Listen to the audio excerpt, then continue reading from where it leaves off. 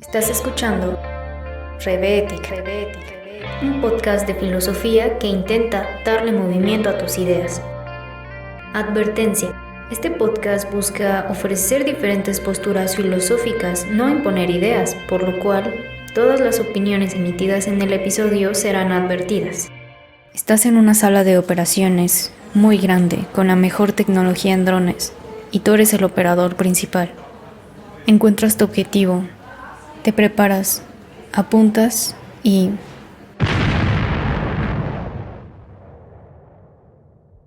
has dado en el blanco. Has matado a más de 20 hombres sin mancharte de sangre.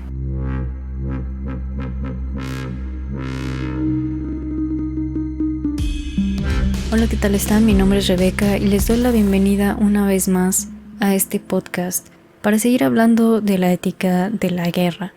Ya a varias semanas del conflicto entre Rusia y Ucrania. Y más que hablar del conflicto en sí, me gustaría poder platicar con ustedes acerca de algunas herramientas teóricas que podrían sernos útiles para el análisis de lo que está pasando hoy en día. Entender las diferentes posturas teóricas puede ayudarnos a comprender algunos comentarios que escuchamos, algunas posturas de ciertos expertos, y también nos puede hacer tener nuestra propia crítica al respecto. Por eso voy a aprovechar un tema que puede abrirnos un panorama acerca de algunas teorías del análisis de la guerra. Un tema que tiene como eje principal una tecnología que ha estado presente de hecho en la guerra ya desde hace un par de años. Ya lleva algo de rato que a los teóricos de la guerra les da de qué hablar. Y es el tema de los drones. Y es que hace unas semanas me impresionó unas imágenes en donde se ve como un dron por parte de las fuerzas de Ucrania ataca a fuerzas rusas. Si no vieron el video o no están familiarizados al respecto, un dron es un avión no tripulado que puede controlarse desde una base a distancia y arrojar misiles de manera muy precisa. Es como un dron comercial de esos que venden, pero mucho más grandes y básicamente se usan para matar gente. Y como les digo, no es la primera vez que se usan estas armas. Ya desde 2014 son blanco de múltiples discusiones, pero nunca deja de impresionar estas cosas, estas tecnologías, sobre todo el modelo que está usando Ucrania. Este modelo lo fabrica Turquía, y de hecho ya ha sido usada antes por ellos y por Azerbaiyán también, excepto que en Azerbaiyán su uso fue bastante indiscriminado, y es que es aquí donde entramos. Como primera intuición podríamos preguntarnos la relevancia del uso de estas tecnologías. Solo es un arma más, ¿cuál es la diferencia? ¿Cuál es el sentido de hacer tantos análisis al respecto? Bueno, idealmente nadie quisiera que hubiera guerras, o bueno, casi nadie. Pero ocurren, y si ocurren, ¿por qué no pensar en regularlas? ¿Por qué no pensar en minimizar los daños y proteger a las personas no involucradas? Por eso debe regularse, y por eso la ética tiene que entrar en la discusión de estas regulaciones. Los drones, al ser una nueva tecnología que se está implementando en las guerras, han representado un verdadero reto para los estudiosos de la filosofía de la guerra, también a juristas, y de hecho mucho más a los combatientes, porque representa dilemas nuevos que no se consideraban en la guerra tradicional, y con ello también se abre la discusión de su regularización. En este episodio vamos a explorar este dilema para entender por qué ha sido un tema relevante, y vamos a ver las diferentes perspectivas bajo las que podríamos analizarlo dentro de la filosofía de la guerra. Primero, la pregunta es: ¿qué hace que los drones sean una tecnología que desafíe las guerras tradicionales? Bueno, en las guerras tradicionales el combate es cuerpo a cuerpo. Tú estás arriesgando tu vida porque sabes que el otro también está arriesgando su vida. Ambos son igual de vulnerables.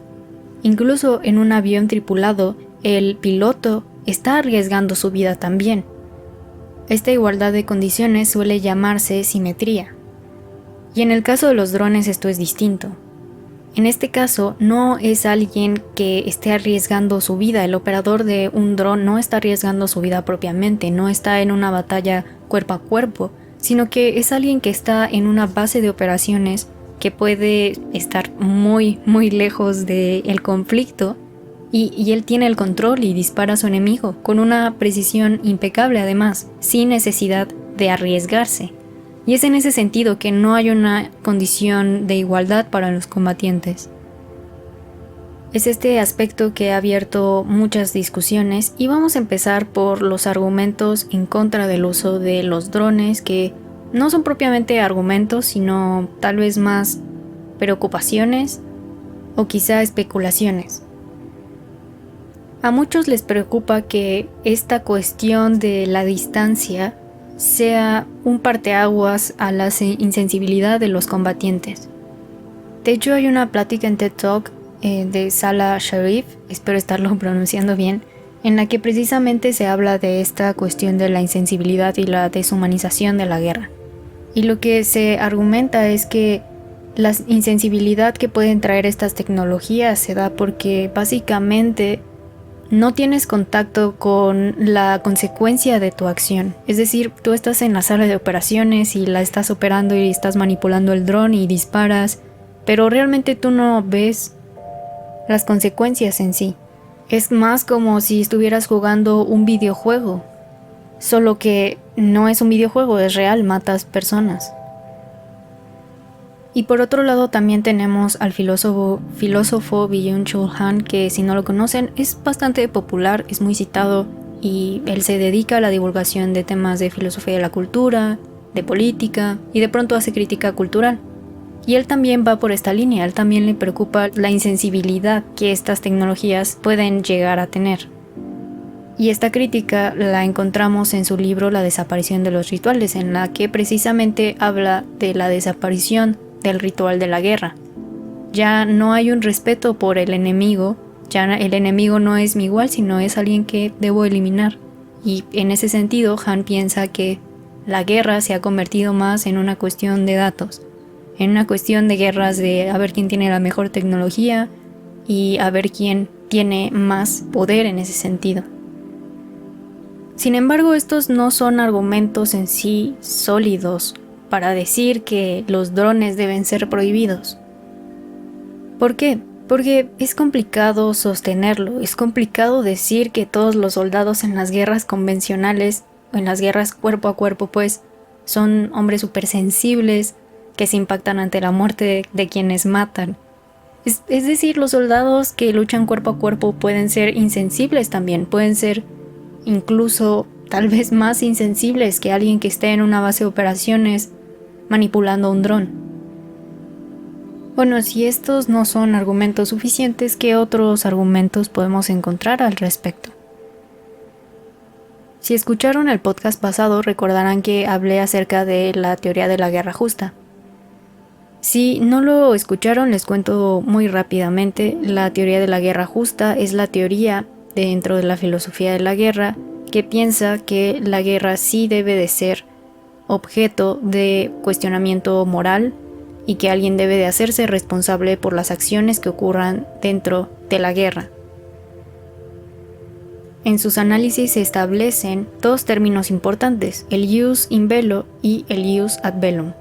El ius ad bellum se refiere a las razones por las cuales se puede justificar la guerra, mientras que el ius in bello son las acciones que están permitidas dentro de la guerra. En este caso estaríamos hablando de un tema de ius in bello, porque estamos tratando de establecer cierto límite moral, cierta regulación acerca del uso de los drones. Sin embargo, dentro de la teoría de la guerra justa hay dos corrientes importantes. Por un lado tenemos la corriente estándar que defenderá Michael Balzer, del autor que les conté el episodio pasado. Y por otro lado tenemos a los revisionistas. Para poder establecer un poco cómo está la onda en esto de los drones, tendríamos primero que establecer las diferencias entre la posición estándar y la posición revisionista. En la posición estándar, las razones para ir a la guerra, las razones para justificar la guerra están separadas de las cosas que están permitidas en la guerra. Hay una separación entre el ius in bello y el ius ad bellum. Por esto mismo, no importa de qué bando se esté, no importa si eres el agresor, no importa si eres el agredido. Ambas partes están sujetas a las mismas restricciones, a las mismas condiciones de ataque. Las reglas del juego, por decirlo de alguna forma, no cambian para ninguno de los dos bandos. Ahora, es importante tener en cuenta que además la posición estándar establece de una manera muy estricta la discriminación entre combatientes y no combatientes. Es decir, los civiles nunca deben de ser un blanco. Y luego, por otro lado, tenemos la posición revisionista, que son exactamente lo contrario a la posición estándar. No hay una distinción para ellos entre el ius in bello y el ius ad bellum. En este caso sí importa quién es el agresor y sí importa quién es el agredido para determinar lo que está permitido o lo que no está permitido dentro de la guerra. Un agresor no está en igualdad moral y por lo tanto tampoco tiene derecho a un ataque militar en igualdad de condiciones. Entonces, si analizamos el tema de los drones desde la óptica estándar de la teoría de la guerra justa, podríamos decir algunos argumentos por los cuales se podría sostener que los drones no deberían prohibirse. No necesariamente, es decir, que no son malos en sí.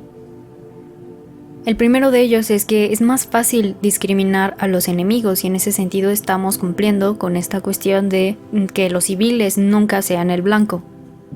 Y por otro lado es más fácil responsabilizar a alguien porque recae sobre el operador quien está manipulando el dron la responsabilidad de las acciones. A esto alguien podría decir: no, pero ¿qué tal si el operador le echa la culpa a su jefe y el jefe le echa la culpa a su jefe y así se va la cadena y entonces ya no hay realmente un responsable? Y en ese sentido sí, es verdad que se puede ir llevando la bolita si algo sale mal, pero aún así sigue siendo mucho más fácil identificar los actores de las acciones, porque todo es un espacio controlado, todo está monitoreado. Pero ahora pensemos lo contrario, ¿cuáles serían las razones negativas por las cuales alguien que esté a favor de esta visión estándar podría decir que no está bien el uso de los drones en la guerra? Bueno, la primera es que es verdad que se puede seleccionar con más facilidad a los enemigos y en ese sentido ya no hay tanto riesgo para los civiles. Sin embargo, también es verdad que el campo de acción militar se amplía. Porque pensémoslo un poco, los drones están controlados desde una base militar de operaciones fuera del campo de la guerra. Supongamos, por ejemplo, un caso ficticio, muy así sacado de la manga. Supongamos que Brasil está en un conflicto armado y entonces está en un conflicto armado, no sé, con Colombia. Y entonces Colombia decide operar drones desde una base de operaciones aquí en México, por poner algo. Entonces mandan sus drones, hacen un ataque a las fuerzas brasileñas. Pero, ¿qué es lo que está pasando aquí? Bueno, pues lo que pasará es que ahora la base militar en México será un blanco para las fuerzas brasileñas. Y en ese sentido se amplía el campo de guerra, ya no solamente es Colombia, Brasil, ahora también es México. Este es un ejemplo a lo mejor bastante burdo, pero representaría justamente la expansión del campo militar. Y es algo que, en teoría, la guerra justa estaría tratando de evitar. Pero luego hay una razón mucho más fuerte, yo diría que es la principal, que es la cuestión de la asimetría.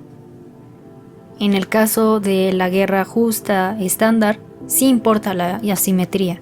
Porque, recordemos, se supone que la guerra justa estándar lo que establece es que no hay una diferencia entre el ius ad bellum y el ius in bello, es decir que ambos combatientes deberían estar sujetos a las mismas reglas a la hora de combatir, y en este sentido los drones representan una cierta desproporción, porque no se está en una igualdad de condiciones en el sentido de una batalla cuerpo a cuerpo, no se está arriesgando la vida. Y este argumento podría funcionar para no estar de acuerdo con los drones. Sin embargo, sería llevar el caso al extremo, es decir, sería poner un escenario en donde hubiera una guerra única y exclusivamente con drones. Volvamos a nuestro ejemplo estúpido del conflicto entre Brasil y Colombia. Supongamos que Colombia está haciendo un ataque masivo con drones, solamente con drones, y en ese sentido no ha tenido ninguna baja en sí humana porque está atacando desde una base de operaciones en México. México le está ayudando y en ese sentido, claro que podríamos decir que está desproporcionado. En ese caso, por supuesto que alguien que esté a favor de esta teoría te diría que está mal. Pero, ¿cuál es el detalle? El detalle es que las guerras no suelen ser así. Bueno, al menos no todavía. No suele ser exclusivamente un combate de drones, sino que sigue habiendo un combate cuerpo a cuerpo, sigue habiendo... se sigue arriesgando la vida de los soldados. Cosa que, de hecho, hay que decirlo, algunos argumentan que los drones en ese sentido tienen un cierto punto a favor, porque de cierta manera los países están obligados a que sus combatientes no corran tantos riesgos, están obligados a protegerlos también. Pero bueno, volviendo al caso, la realidad es que las guerras no son así, la realidad es que las guerras siguen siendo batallas cuerpo a cuerpo, se sigue arriesgando la vida de los combatientes y no es verdad que solamente se utilicen drones. Pensar que se puede alcanzar un nivel de simetría total y completo en la guerra incluso parece un poco ingenuo. La realidad es que no es así. Sin embargo, sí, hay que conceder que en una guerra donde solamente se utilicen drones para atacar, sí podría llegar a ser desproporcionada y en ese sentido el uso de los drones podría ser cuestionable. Sin embargo, si se dan cuenta, y a manera de conclusión de esta parte de la teoría de la guerra justa estándar, parecería que sí se podría defender el uso de los drones bajo ciertas circunstancias. En ese sentido, por ejemplo, tomando el caso de Ucrania, si estos drones han sido utilizados para atacar al enemigo y no a civiles, y entonces en ese sentido se cumpliría la cuestión de que es más sencillo discriminar a los enemigos y lo están utilizando para eso, pues parecería que no habría tanto problema. Pero ahora está la otra parte, que es la cuestión revisionista. Si recuerdan, les había comentado que ellos piensan que la igualdad de condiciones dentro de la guerra no puede ser igual porque no es la misma igualdad moral la que tiene el agresor al agredido. Entonces, en ese sentido, ¿qué podría decir un revisionista al tema de los drones? Bueno, él podría decir que depende de quién lo esté usando. De nuevo, en el caso de Ucrania, podría decirse que está legítimamente permitido el uso de drones porque los agredidos son ellos. Pero a ver, ¿no ven algo extraño aquí? Alguien que esté a favor de la invasión rusa y que defienda a los rusos y crea que realmente ellos están haciendo lo correcto, te podría decir: no está bien que Ucrania esté utilizando drones porque realmente Rusia no está haciendo nada malo, ellos están defendiendo una causa y en ese sentido no es verdad que Ucrania tenga el derecho a usar armas de ese estilo con Rusia. Y este argumento, a su vez, estaría refutado por alguien que está en contra de la invasión rusa. El problema en este caso va desde la raíz, es decir, desde las razones por las cuales se justifica una guerra. En el caso de los revisionistas se necesitaría primero establecer claramente el ius ad bellum. Creo que estos argumentos revisionistas son a los que la mayor parte de la gente, a lo mejor sin saberlo, recurre. Condenan algunas acciones de la guerra dependiendo del bando que las realice. Pero requiere mucho cuidado en este sentido, en el sentido de hacer un buen análisis respecto a la cuestión de la justificación por la cual se puede realizar una guerra. Y es aquí donde me gustaría recuperar una cuestión importante. En este sentido, en lo que deberíamos preocuparnos de manera más primordial es el por qué se hace la guerra. Reflexión personal. A manera de conclusión, Los drones sí son un arma nueva, tecnológica, que ha puesto en entredicho algunas de las cosas que en la guerra tradicional no estaban. Sin embargo, no hay argumentos sólidos para ir en su contra y prohibirlos en su totalidad, como por ejemplo con las armas biológicas. Sin embargo, su regularización sí es importante. Y a nivel jurídico parece mucho más factible regularlas bajo una mirada de la teoría de la guerra estándar. Aunque de hecho lo más común es que las personas vean estos asuntos bajo una mirada revisionista. ¿O tú qué piensas? ¿El uso de las armas y las tecnologías en la guerra depende de qué bando las use? ¿Debería de haber igualdad de condiciones en el campo de batalla para ambos bandos? ¿Cómo se establece quién es el bando justo y quién es el bando injusto? Recuerda que me puedes dejar tus comentarios en redes sociales. Me encuentran como @reptica. Sobre todo en TikTok estoy bastante activa, pero también en Instagram. Y hasta aquí el episodio de hoy. Yo los leo y los veo en redes sociales y ustedes pueden escucharme dentro de 2 semanas. Cuídense mucho. Si quieren saber más, les recomiendo mucho el artículo Los drones, la moralidad profunda y las convenciones de la guerra, escrito por Eduardo Rivera López.